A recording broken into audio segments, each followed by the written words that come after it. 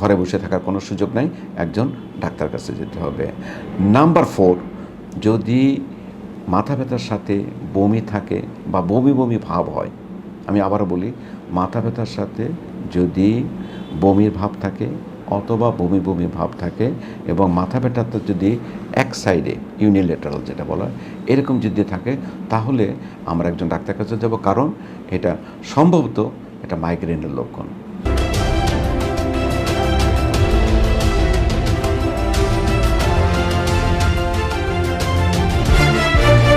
মাথা ব্যথা হলেই যে ডাক্তার কাছে যেতে হবে এমন কোনো কথা নাই, তবে বিশেষ বিশেষ কন্ডিশন আছে, যেসব কন্ডিশনগুলিতে একজন ডাক্তারের পরামর্শ নেওয়া উচিত।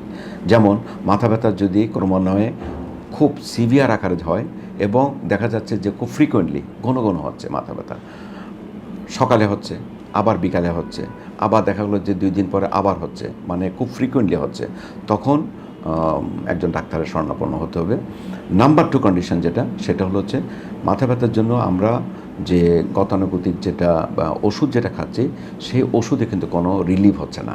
আমরা সাধারণত প্যারাসিটামল অথবা NSAID গ্রুপের ড্রাগ আমরা খাই, কিন্তু দেখা যাচ্ছে যে এই ব্যথা এই ওষুধ খাওয়ার পরও কিন্তু মাথা ব্যথাটা যাচ্ছে না। তাহলে সেই ক্ষেত্রে আমরা একজন ডাক্তারের কাছে যাব। This is number 2। And number 3 কি, মাথা ব্যথার সাথে যদি হেভিনেস অফ দ্য হেড, মাথা ভারবার থাকে, মাথা যদি ভারবার ফিল করে, তাহলে কিন্তু যেমন এটা আমরা সন্দেহ করতে পারি এটা সাইনাসের সমস্যা, সাইনাসের লক্ষণ। সাইনাসের যদি লক্ষণ হয়, ঘরে বসে থাকার কোনো সুযোগ নাই, একজন ডাক্তার কাছে যেতে হবে। নাম্বার 4, যদি মাথা ব্যথার সাথে বমি থাকে বা বমি বমি ভাব হয়, আমি আবারও বলি, মাথা ব্যথার সাথে যদি বমির ভাব থাকে অথবা বমি বমি ভাব থাকে এবং মাথা ব্যথাটা যদি এক সাইডে ইউনিলেটারাল যেটা বলা হয় এরকম যদি থাকে, তাহলে আমরা একজন ডাক্তার কাছে যাব, কারণ এটা সম্ভবত এটা মাইগ্রেনের লক্ষণ।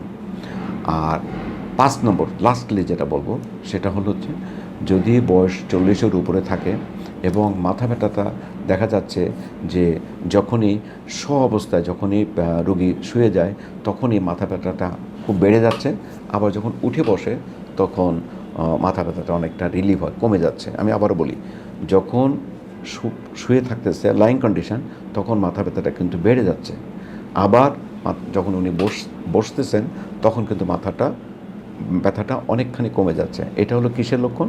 এটা হচ্ছে একটা সিরিয়াস অসুখ, সেটা হচ্ছে ব্রেন টিউমার হতে পারে। আমি এটা বলতেছি সব কিছু হতে পারে। তো এইরকম যদি লক্ষণ থাকে, তাহলে আমাদেরকে অবশ্যই একজন ডাক্তারের পরামর্শ নিতে হবে। ধন্যবাদ।